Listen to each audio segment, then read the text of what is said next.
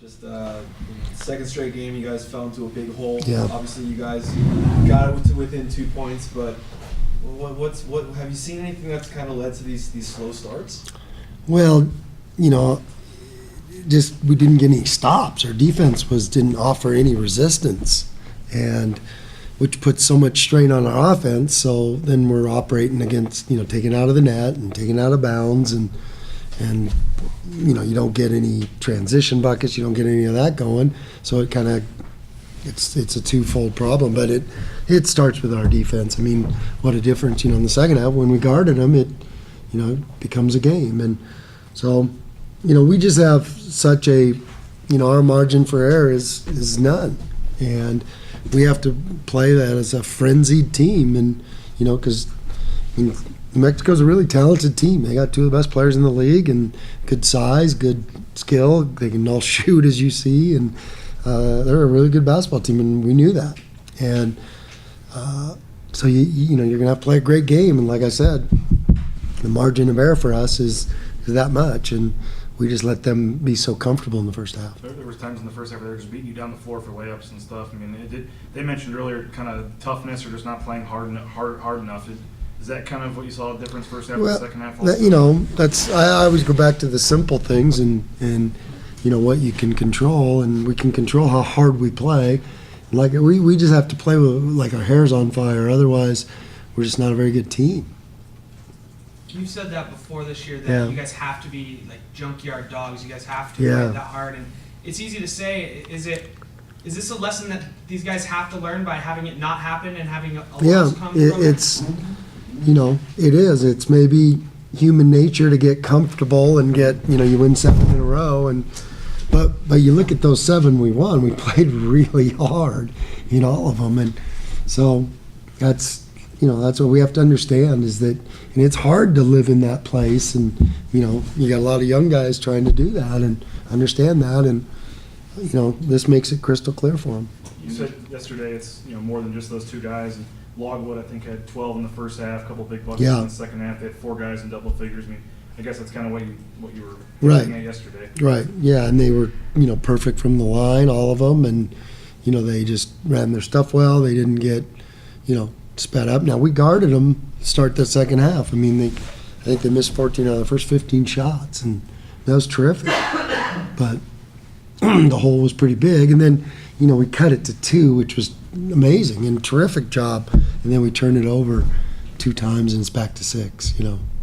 When you have a 7-game winning streak, and now back-to-back losses, what's the message? Because it's kind of, a lot of wins, now back-to-back losses. I guess what's the message to the team? Well, excuse me, my voice is terrible.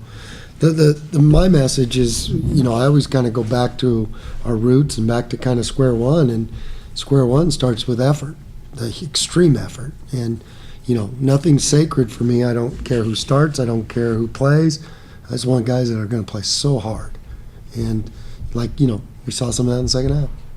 Earlier in the season, you talked about you just wanted the team put together 2 halves. Mm-hmm. Game. Yeah. If the beginning of the year wasn't going so well, and then for 7 straight games, you guys have put together a solid 40 minutes. Yeah. In the last 2, you've seen very, very different sorts of halves. Is it disheartening to kind of see the? No, it's not disheartening. It's just the ebb and flow of a season. You're not going to play unless you're the most talented team in the world. You're not going to dominate 30 straight games. You're just, the Kentucky does that and a few other teams, but that's not who we are with this group right now. And so we, that's the thing. And so there's going to be ebbs and flows to the season, and we just have to figure out what we're doing well, what we can do well, and then build on that, and then get those things that we're not doing well, fix them. You guys struggled from 3 tonight, 5 of 23, and it seemed like, especially in the first half, they didn't give you a lot of easy looks. Yeah. Defensively, it seemed like they played pretty well. well. Again, I think part of that goes back to us having to take it out of the net every time, and some of the easy looks come when we get in transition and we get going downhill, and we got some pretty good looks in the second half, I thought, and we didn't make them. You got to make those, and it's a big part of our offense. We got to be able to make those, and we didn't tonight. And we had about 4 of them just rattle in and out that, you got to do that. But again, I think it starts with our defense. James has led you guys in scoring now for 3 straight games. your senior's performances over his last couple games. What's it mean to you to see him kind of taking off? Yeah, it's great, and we have a lot of confidence in him, and he's getting better and better, more comfortable, and he's playing good. He's playing really good. I thought he did a good job defensively tonight too. Made some big plays, and so that's great. I'm happy. You mentioned obviously about their two players that everyone knows about. How much better is this logo team when they're hitting two other guys like Sam Logwood, 16 points, Jordan Hunter, 11, Yeah. Dave Kuiper's been the guy the last several games. Yeah. Pick that up. No, I mean they kind of picked up where they left off from that second half of Colorado State. That's what scared me. I saw that on film, and they were super efficient in that second half, just like they were against us in the first half. In fact, in the last four games, their first halves of games, they're outscoring teams like 44-31 is their average. They're coming out really strong in the first half, but that's the start of the second half you guys have is sort of what a lot of teams have been doing. Is that something you talked to the team about that they've let No, us- we worried about us. We were focused on our, at halftime on our effort and what we were going to do different. And so I was proud of our guys the way they played second half. That was Broncos. So, but that's where we have to live. One more on their two scores. Tim Williams has 19 points, but does it on 8 of 16 shooting. He's been shooting 65% all year. Elijah Brown gets his 16 points on 4 of 13 shooting. Do you almost feel like he did a pretty good job on their two stars?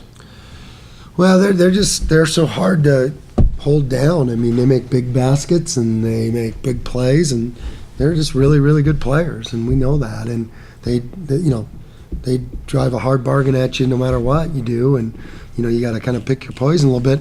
And now what's making them really good is, like you said, those other guys are getting the job done too. You mentioned those 2 turnovers there once you cut it to 2. How tough was that? And how tough is it when you make a big run like that and you use all that emotion to get and then just go, it seems like it's always tough for those teams to go over the hump there. Yeah, well, you got to get a shot off. And both, the guys were open too, and we just missed it. And the one got knocked out and looked like it was our ball, and then we got a rebound that I thought was ours.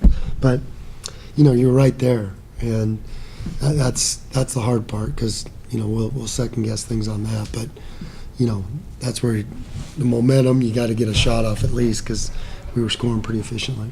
Looked like when you guys did add some pressure full court a little bit, it maybe you added some energy to you guys. Yeah. Is that something that? Yeah, well, we just had no, they had 3 turnovers in the first half, and it was because of our ball pressure. We gave no resistance, and so we heated it up a little bit, and I think it got our energy going.